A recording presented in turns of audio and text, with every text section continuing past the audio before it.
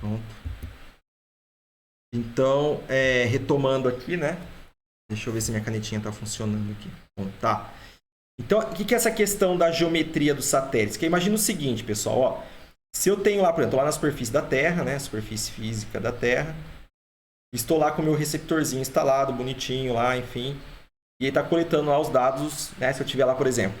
Imagina a seguinte situação, que eu tenho satélites assim, ó, satélites mais esparsos um do outro, né? E aí, coletando aqui dados desses satélites, enfim. Desse jeito aqui, né? E aqui meus satélites aqui, né? Enfim.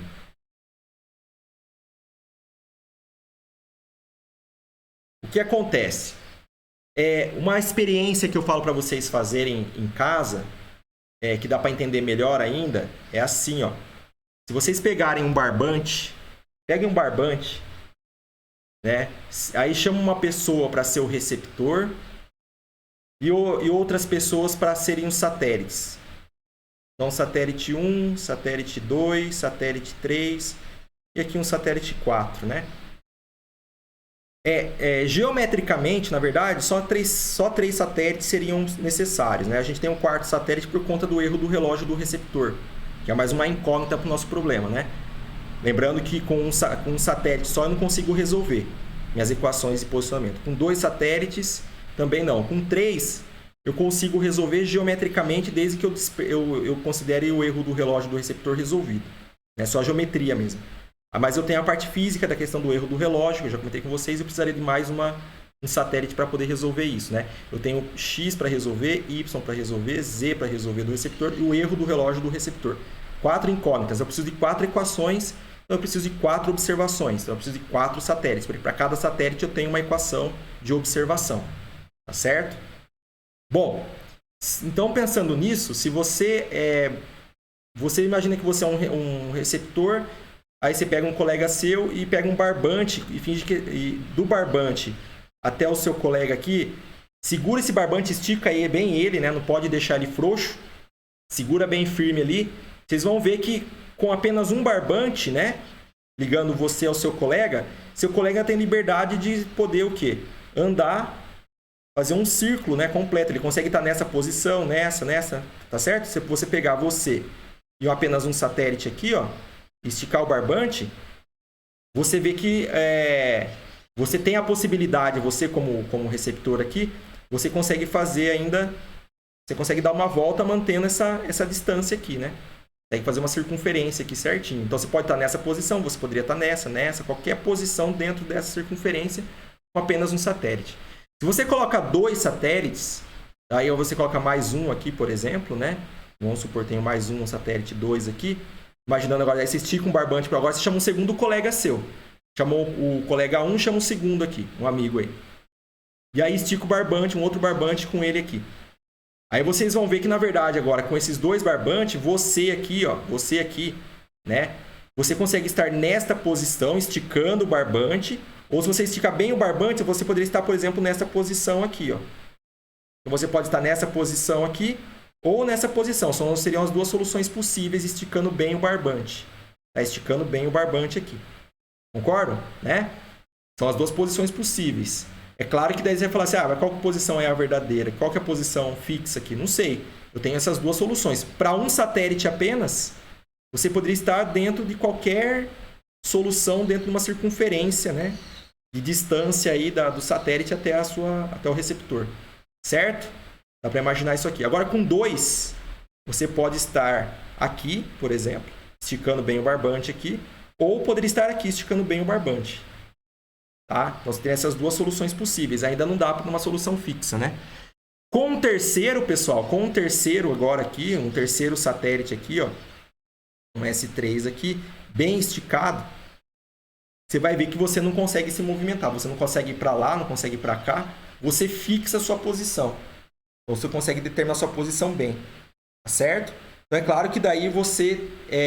a intersecção das três circunferências no plano aí, vocês vão ver que dá uma posição única, bem definida ali.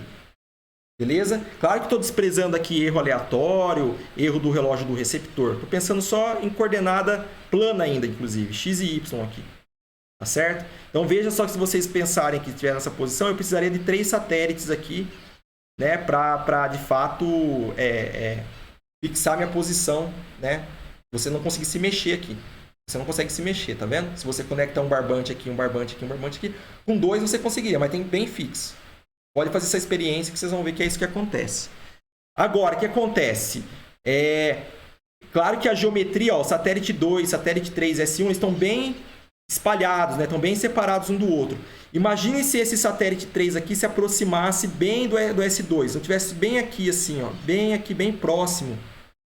Praticamente bem próximo aqui do S3 aqui, bem próximo do S2. Satélite 2 aqui. E você esticasse o barbante aqui também. Veja que essa solução aqui do S3 e S2, ela começa a ficar bem próxima quando eu tenho apenas 2 satélites. Por quê? Porque a observação do S3 para o receptor 1 e a observação do S2 para o receptor 1, elas são bem parecidas, né?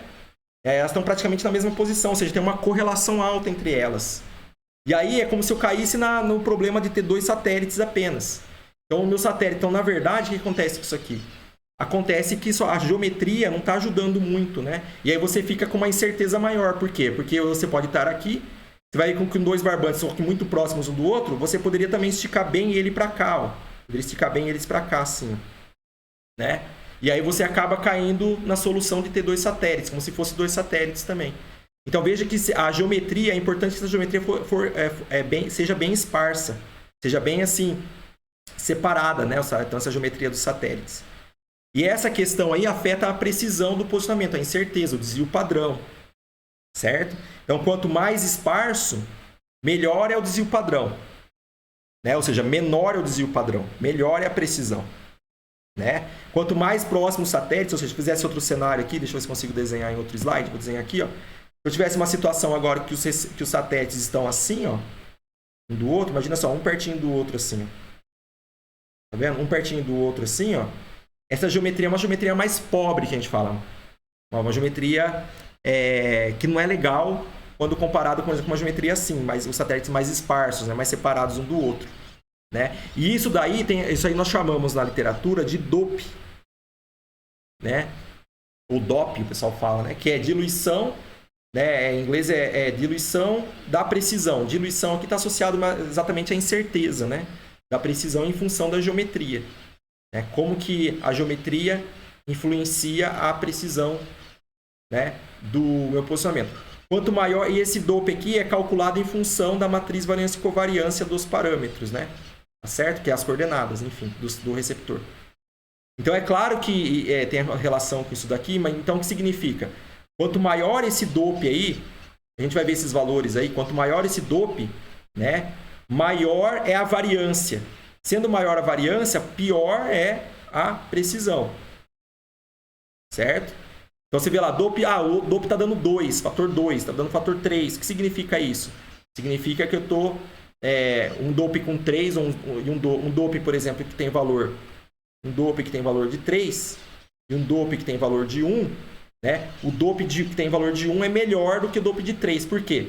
Porque esse fatorzinho aqui é como se eu estivesse piorando, é um fator que está mostrando quanto que está piorando o meu posicionamento.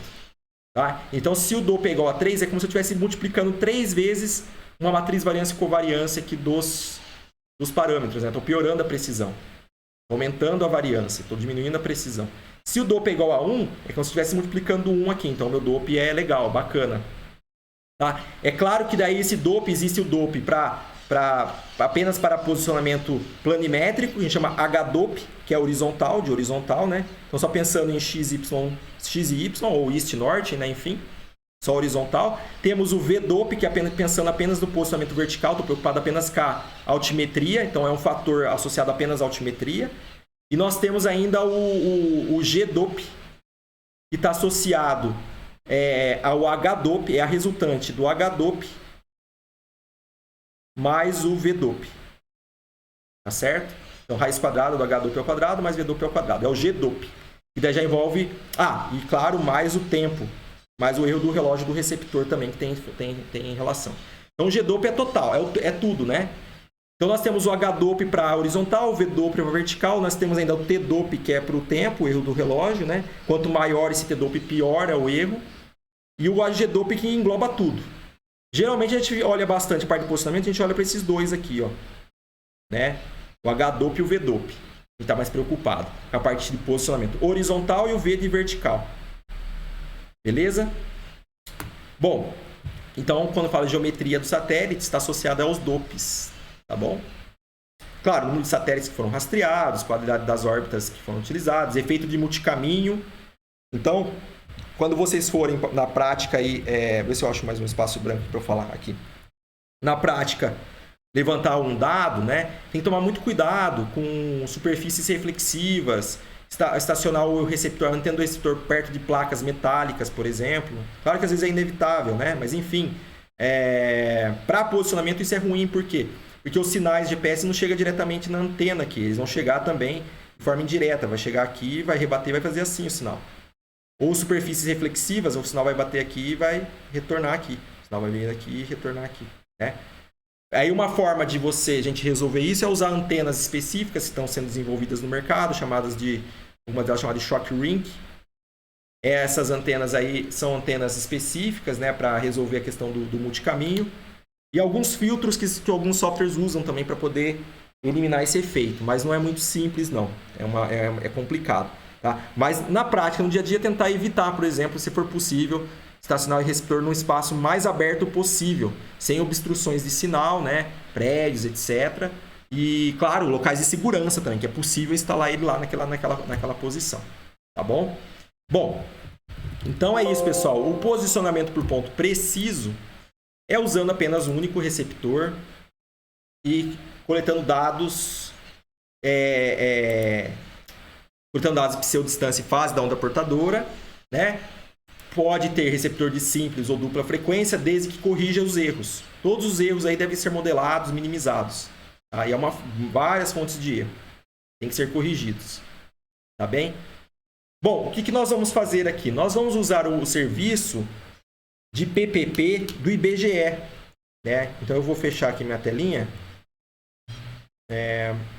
Vou salvar aqui. Depois eu passo para vocês o material. Deixa eu parar aqui.